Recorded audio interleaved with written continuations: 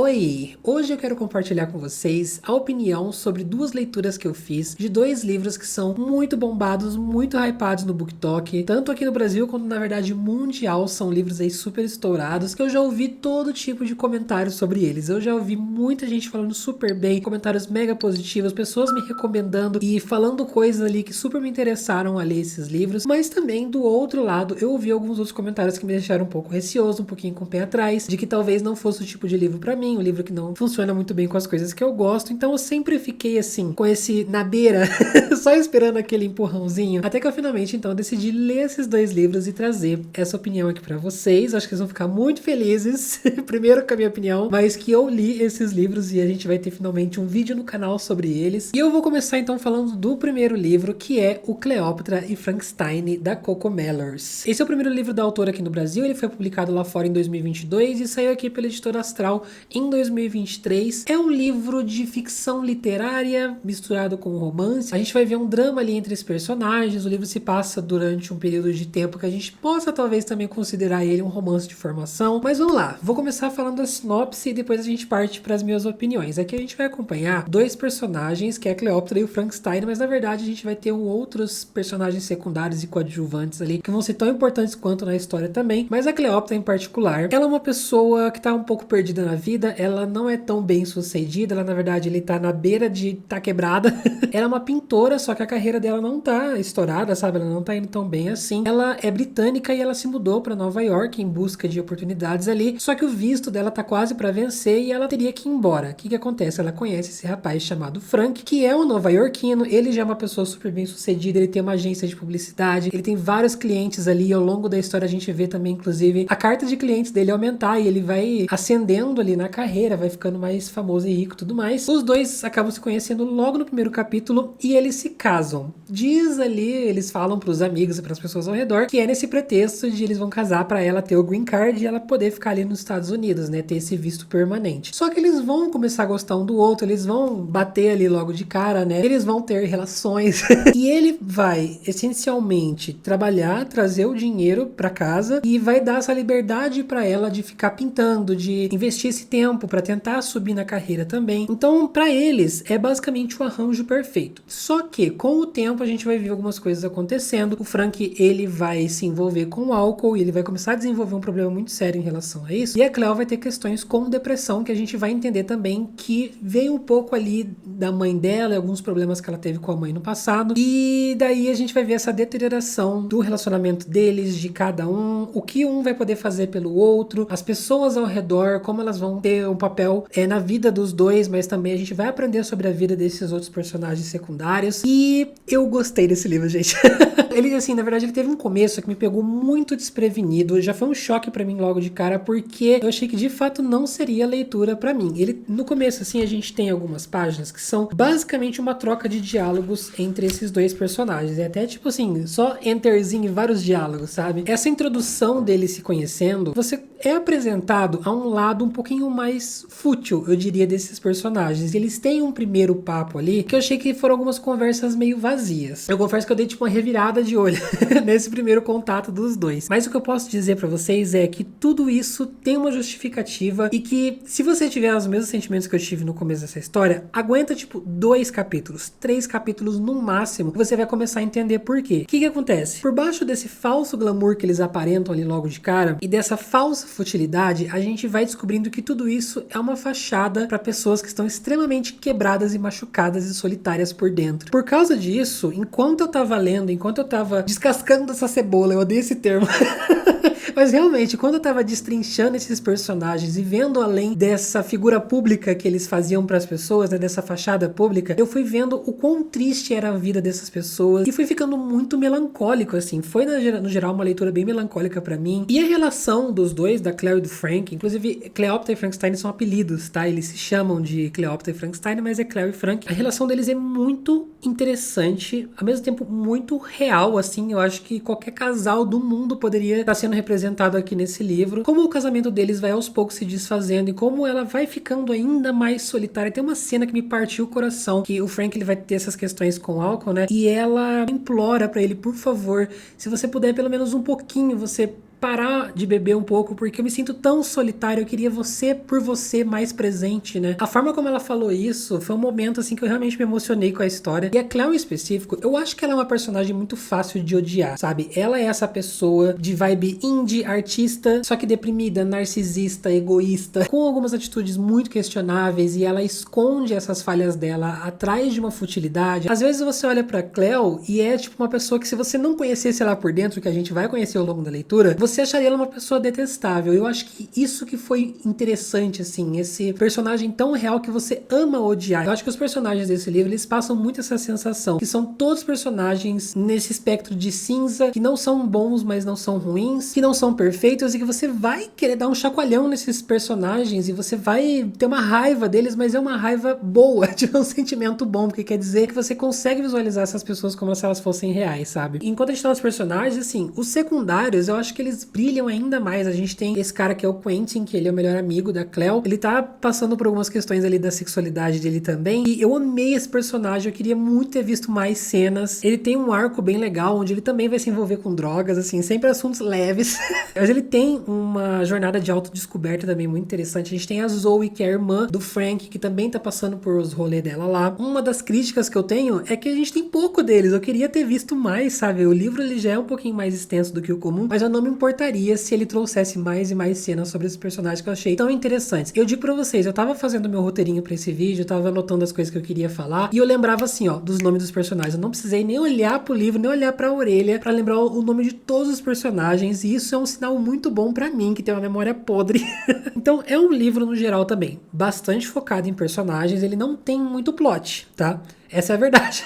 Isso é algo que você precisa ter em mente antes de você começar essa leitura, tá? A estrutura da narrativa, ela é bem quebradinha, assim. Então, os capítulos são longos, mas entre cada capítulo a gente tem uma passagem de tempo maior. Às vezes você tá em março, depois você já tá lá em agosto no capítulo seguinte, e a gente percebe que de um capítulo pro outro passou um monte de tempo, várias coisas aconteceram. Ele não tem necessariamente uma continuidade uniforme, tá? Então, esses saltos no tempo, eles dão uma sensação muito legal, assim, muito diferente, na verdade, de que o tempo tá passando e você tá vendo essas pessoas como se você estivesse vendo amigos que você vê de tempos em tempos. Ele acaba virando uma coletânea de cenas avulsas, eu diria, mas não avulso de tipo aleatórias, mas cenas isoladas. E quando eu saio desse livro, quando o tempo passou, depois que eu terminei de ler, eu percebi que ficou muito mais na minha cabeça. Eu só tendo esses momentos, que todos os momentos em que ele apresenta pra gente serviu pra alguma coisa, sabe? Teve algum impacto na vida desses personagens. É como a nossa própria memória, sabe como a gente tem no nosso dia a dia? A gente guarda pra gente os momentos mais memoráveis e as coisas, os fillers, as coisas que são um preenchimento, assim, do dia a dia. Fui no banheiro, escovei o dente, tomei café da manhã, não sei o quê. Essas coisas secundárias, terciárias, a gente deixa lá pra trás e a gente joga fora da memória, sabe? A gente mantém realmente o que importa. Eu sinto que o livro, ele traz muito essa estrutura em forma de texto, é muito louco. Gente, no geral, foi uma leitura muito interessante. Eu me surpreendi demais, comparado com as minhas expectativas, comparado com aquilo que eu tava, né, querendo desse livro. Me falaram que ele tinha essas vibes meio pessoas normais, que é um livro que infelizmente eu não curto muito. Nada a ver com pessoas normais, tá? Nada. Se você tava segurando de ler esse livro por causa disso, eu te digo, vai em paz e vai na fé, porque eu achei aqui muito melhor desenvolvido, muito mais profundo e tudo mais. E é isso. Cleópatra e Frankenstein, esteja lido. E daí, o livro seguinte é justamente As Irmãs Blue, da Coco Melhores também, que é o lançamento mais recente. Se eu não me engano, esse aqui foi lançado esse ano. Deixa eu ver aqui. Em 2024, também pela Astral Cultural. Eu vou dizer que eu amo essas capas, tá? Essas capas, tipo, ficam super combinandinho também. Eu entendi que a autora é livro pra você ficar triste.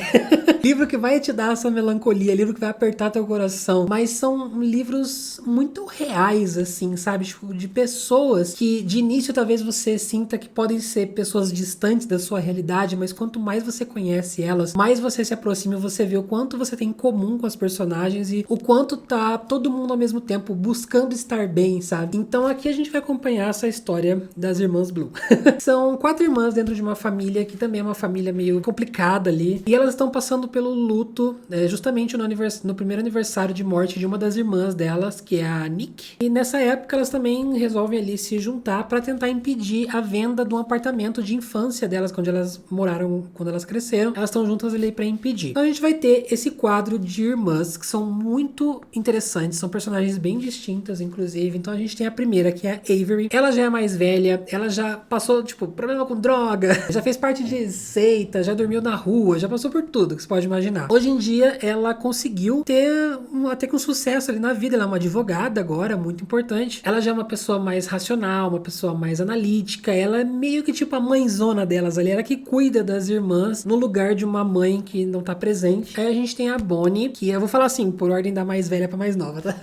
A gente tem a Bonnie, é aquela filha que já é a segunda filha ali, né? Então ela carrega essa culpa de que o pai queria muito ter um filho menino, né? E ele não conseguiu, então, assim, ele tentou jogar as frustrações e as expectativas dele nessa filha, o que por si só já é horrível, né? Mas assim, então, tipo, quando ela era pequena, colocou ela no boxe, então ela cresceu sendo muito boa, até que ela conseguiu criar uma carreira em cima disso, do boxe. Só que depois ela acabou mudando de carreira, ela não faz mais isso hoje. Daí a gente tem a Nikki, que é essa irmã que ela teve endometriose, se não me engano, e ela faleceu. Ela já era aquela pessoa mais doce, aquela pessoa mais sentimental, que se importa mais com os sentimentos de todo mundo, aquela vibe meio professora de criança, assim, sabe? Tipo, amorzinho e tal. E por último a gente tem a Lucky. A Lucky, ela é a mais nova, ela virou modelo ali pelos 13, 14 anos. Também ganhou muito dinheiro com isso, viajou bastante, teve toda uma carreira, mas começou a tampar o vazio e os buracos ali no coração dela com álcool e drogas. Então, todo mundo dessas irmãs, a gente vai ver que tem